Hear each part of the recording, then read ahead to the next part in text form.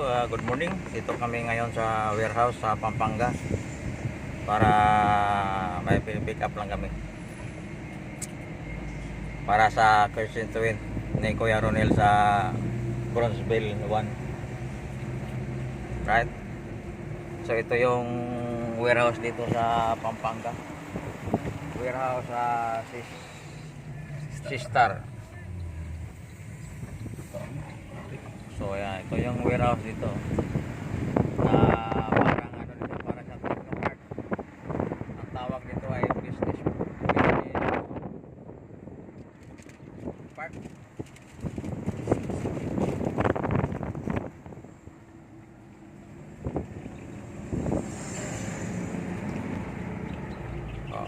Dito sa gate mayroon tayong i-present sa gwardiya na papel kung tanungin, pero may iniwan tayong ID dyan,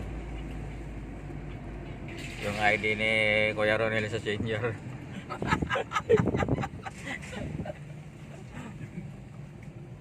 Dito tayo sa gate, Ate Kuya Onso. Ayan, mayroon pang nauna sa ating truck ng shipping lines to na nag door to door pick up. Siyempre, pagdating sa gate, in-inspection sa gwardiya. Baka sure ball na hindi kontrabando ang laman. May laman na ano ba? Parang lumilitaw. Baka tulad sa mga lumilitaw sa dagat ng Zambales, delikado eh.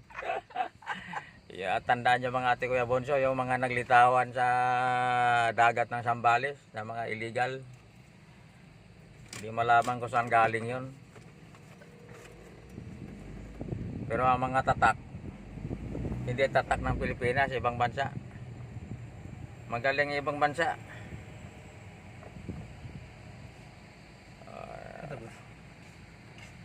Ayan, dito kami sa gate na yung laptop yun. Yung ID mo.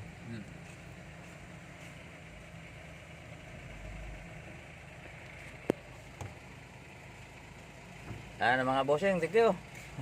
Salamat. Alright, labas na kami. Ate Kuya Onso, nandito na kami sa labas ng Global Asian Business Park. So, yan pala, Global Asian Business Park 2. So yun yung warehouse doon kanina, Ate Kuya Bunso. Nag-pick up lang kami ng mga pagkain para doon sa constituent ni Kuya Ronel sa Halang, sa Bronzeville 1. So sa mga taga Bronzeville 1, boto nyo si Kuya Ronel pagka-presidente dyan, dahil hindi kayo magsisisi, hindi rin kayo magkaroon, parang hindi kayo magsisisi, ha.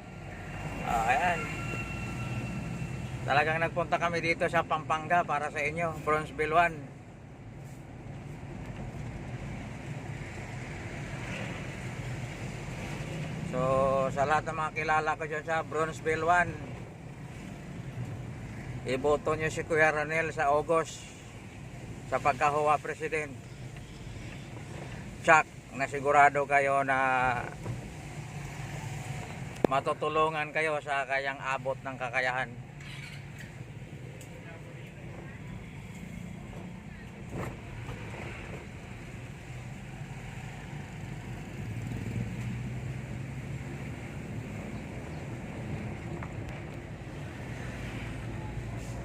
So ayan, nandito na kami sa San Leonardo, Pampanga. Tawa ka yun? Alright.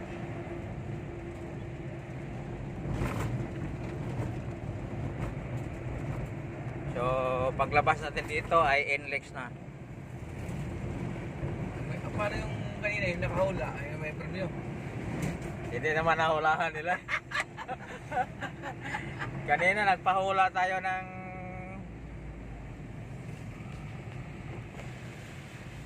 lugar. Hindi na nahulaan ko eh. Industrial park.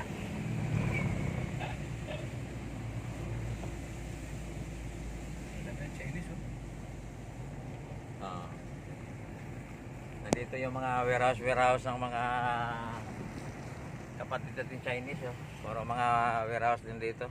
So yan, oh, kung makita niya sa unahan natin Kuya Bonso, warehouse din yan. Oh. Ayun, yan. Napakalaking warehouse din yan. Dito sa Pampanga. So, kanina, Isyana Business Park ito. Yung warehouse doon. Dito naman ngayon ay warehouse naman. So yan oh. Teka, wala tayong nasa panggit niyan.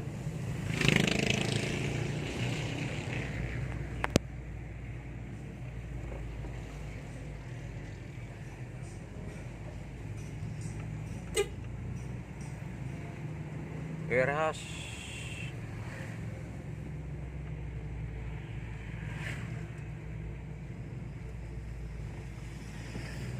So ito na yung San Simon Industrial Park.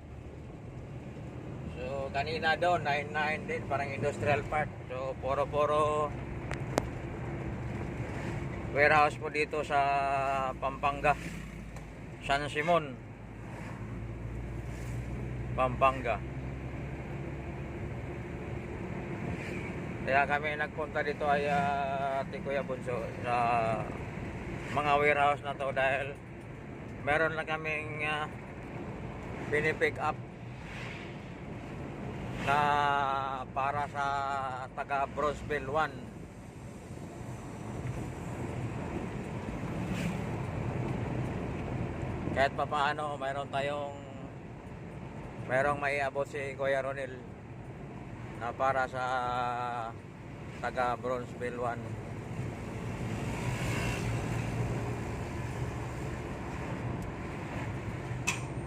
So time check tayo, time check 9:02 ng umaga.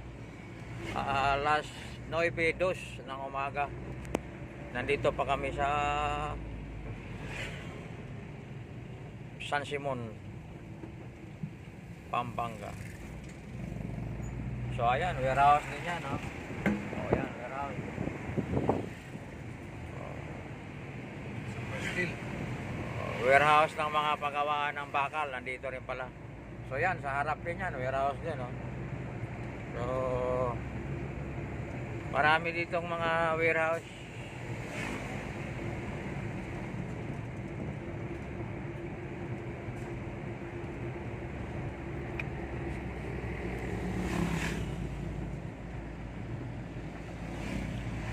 So ngayon, pick up na namin.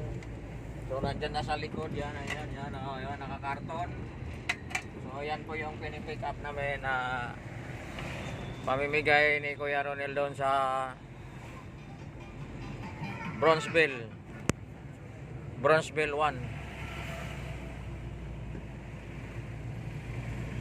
So ito, ayan, warehouse din. Malaking warehouse. So halos warehouse po dito yung nakatayo dito sa San Simon.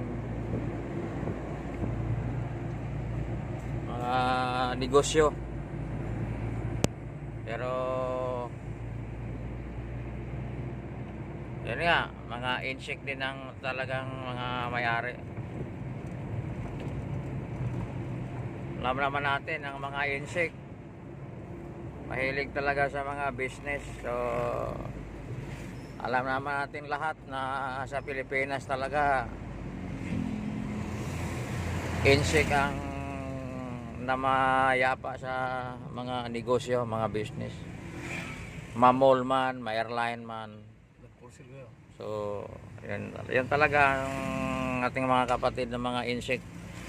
Mahilig talaga sa mga negosyo. So, encourage ko din yung mga Pinoy na may mga puhunan. Wag puro sabong negosyo.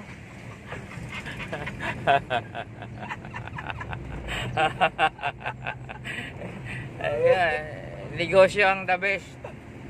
Sabi Para- daw po yan, gusto rin daw yan eh.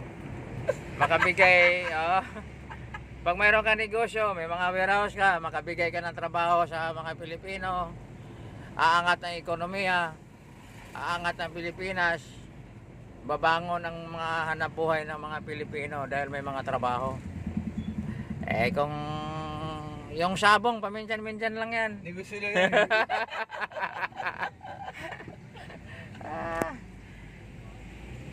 So yan po ate Kuya Bonso. Nandito pa kami ngayon sa San Simon, Pampanga. Sa unahan dyan, paglabas namin, inlex na po. Papuntang Maynila.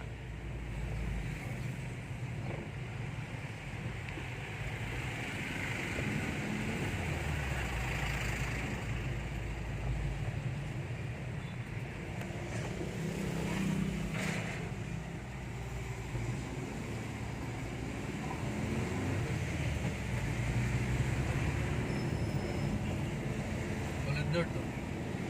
Oo.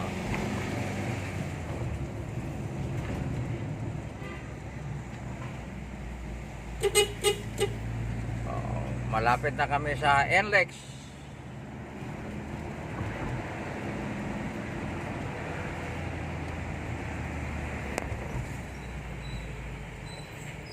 San Simon, Apalit, Minalin, Santo Tomas.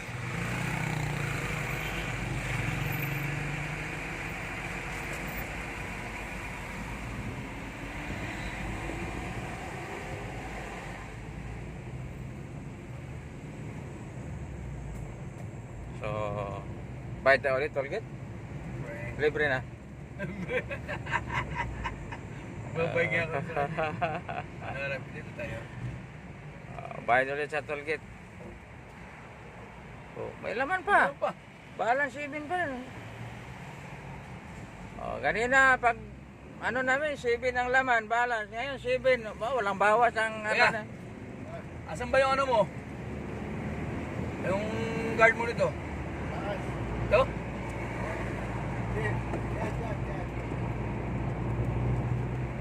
Kasi umaya, hingin sa ano ito eh. Okay.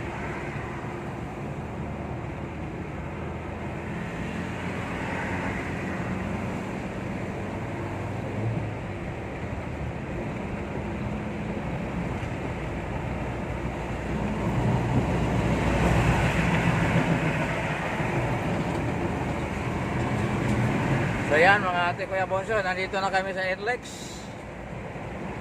Pulilan, Balintawak.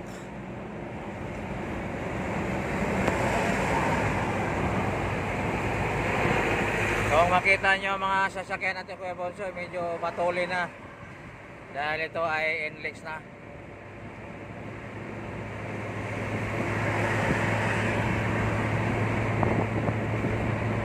Toll road.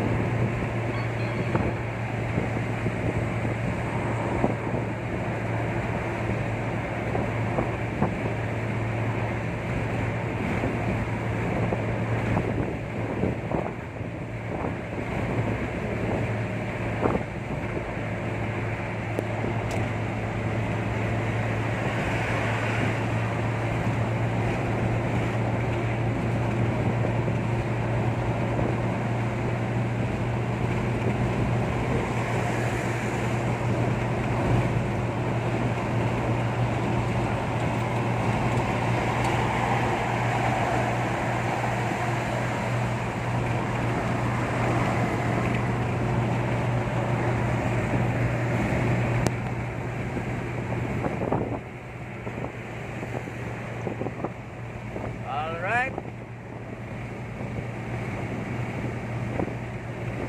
NLEX.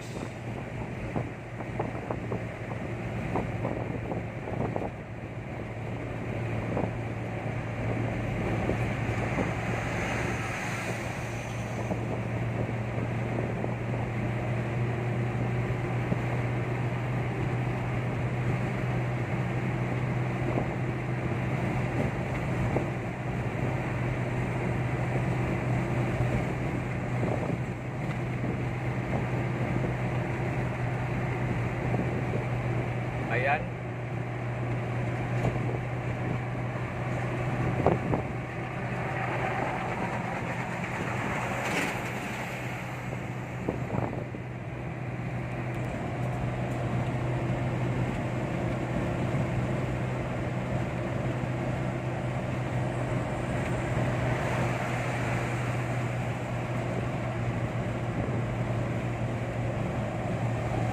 Victory Liner.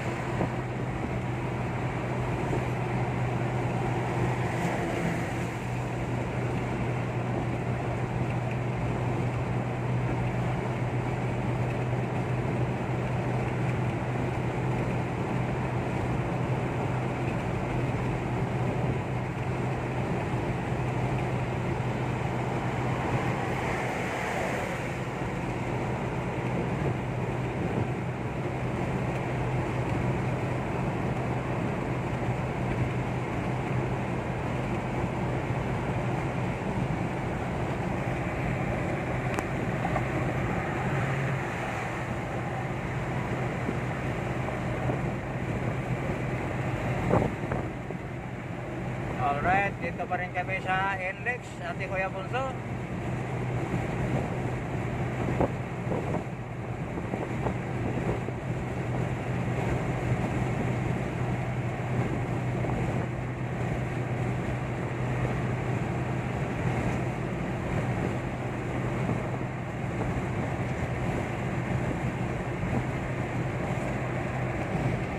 So, yan nga pala Ate Kuya Bunso, nandito kami sa NLEX. So, pagdating natin dito sa dulo nitong NLEX na to, madaanan natin yung Terminal 3 sa Ninoy Aquino International Airport. So, diretso tayo. Diretso tayo sa Terminal 3, diretso tayo papuntang Cavitex, yan sa Coastal Road sa Baclaran. So doon po tayo lulusot nito sa Coastal Road ng Baclaran sa may Cavitex.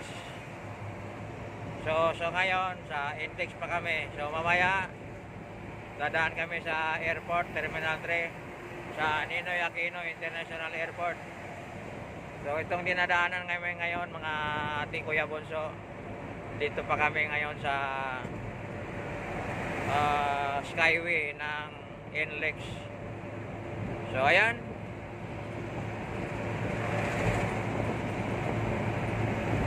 Patuloy tayo sa ating paglalakbay.